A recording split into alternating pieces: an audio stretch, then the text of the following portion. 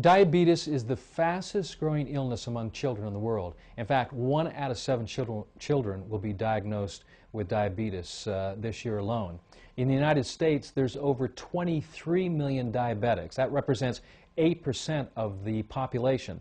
This is truly an epidemic worldwide. It's an epidemic here in the United States. The question is why. I believe it has everything to do with what one is eating, with what one is drinking. Also, even the emotional states of folks can contribute to this one condition, which I believe is caused by an overacidification of the blood and tissues due to an inverted way of living, eating, and thinking. These two types of diabetes, type 1, which is insulin dependent, type 2, which is non-insulin dependent, that deal with the levels of blood sugar, whether they be high or whether they be low, is 100% reversible.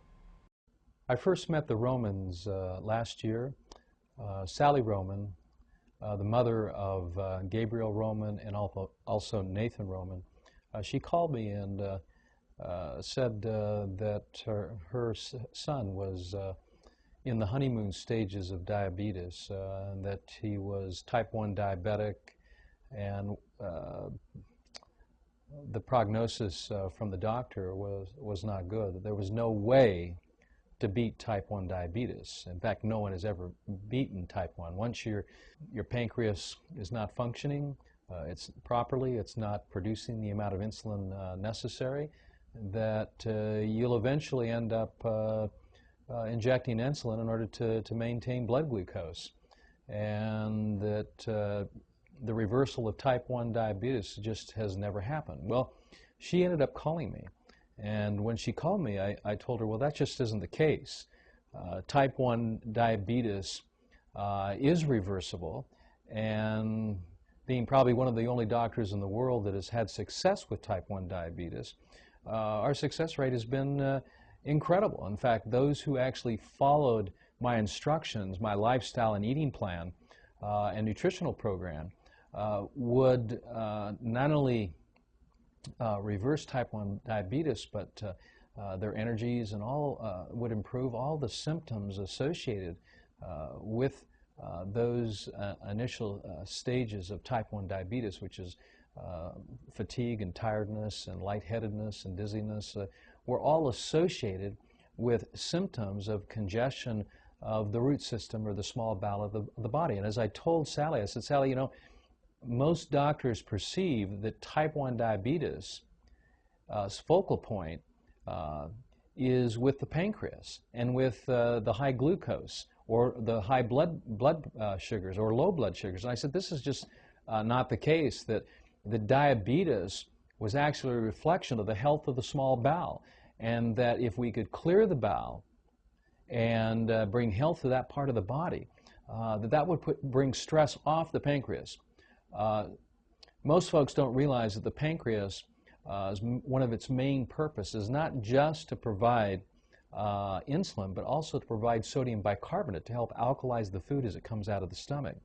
So if we could then develop an eating plan that Nathan could embrace, that he had a good chance of reversing this. When I saw Gabriel, you know, he had the typical outward appearances of a type 1 diabetic: underweight, he was tired, he was fatigued, and he just wanted his life back. He wanted more energy. He wanted to feel like other kids. He wanted to be able to go out and play with energy and vigor, and he just didn't have that.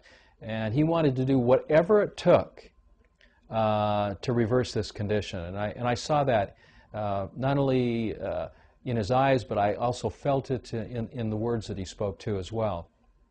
And so I knew that he was going to be a great candidate. If anyone was going to beat this, Gabriel was going to beat it. And so we sat down and we talked about his condition.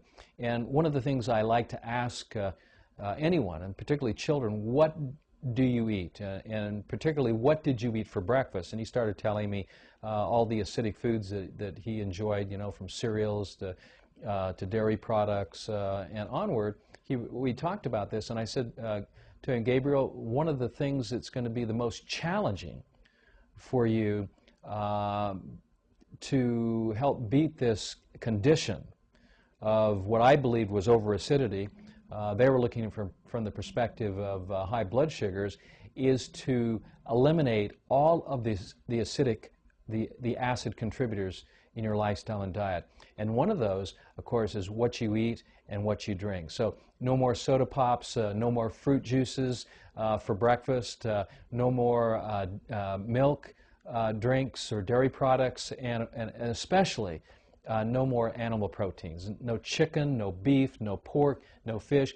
This diet, this eating plan focuses on building the blood, so everything has to move back to green foods and green drinks.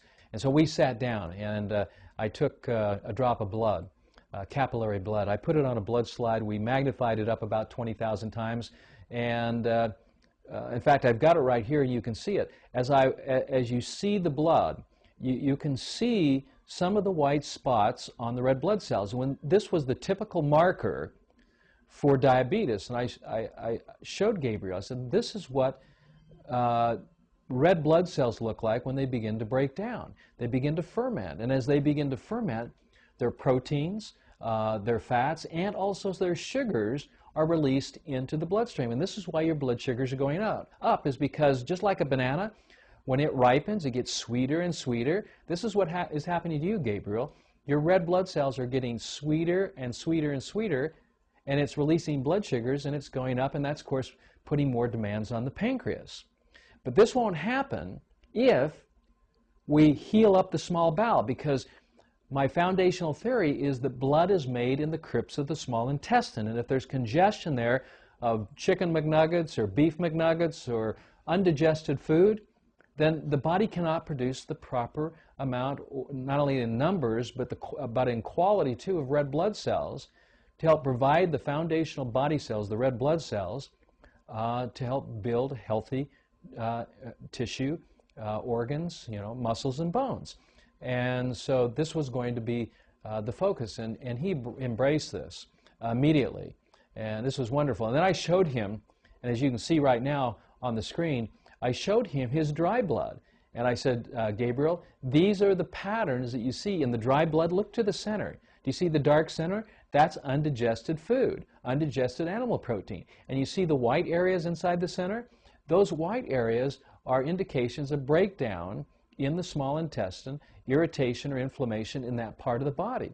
And I said, as that heals, then what will happen is this process of body cells and blood cells breaking down, raising the blood sugar levels, will actually stop, and we'll be able to normalize your blood sugars, and you won't have to be diabetic anymore. And he thought that was just a wonderful thing, and he was so excited that he actually had the hope that all this was actually possible. So he actually took what I shared with him, and of course with the support of his mother and his other family members, they began to start eating like this. And it was amazing what happened. It was immediate. Gabriel's blood sugar started to normalize, and the rest is history. Gabriel is no longer a type 1 diabetic.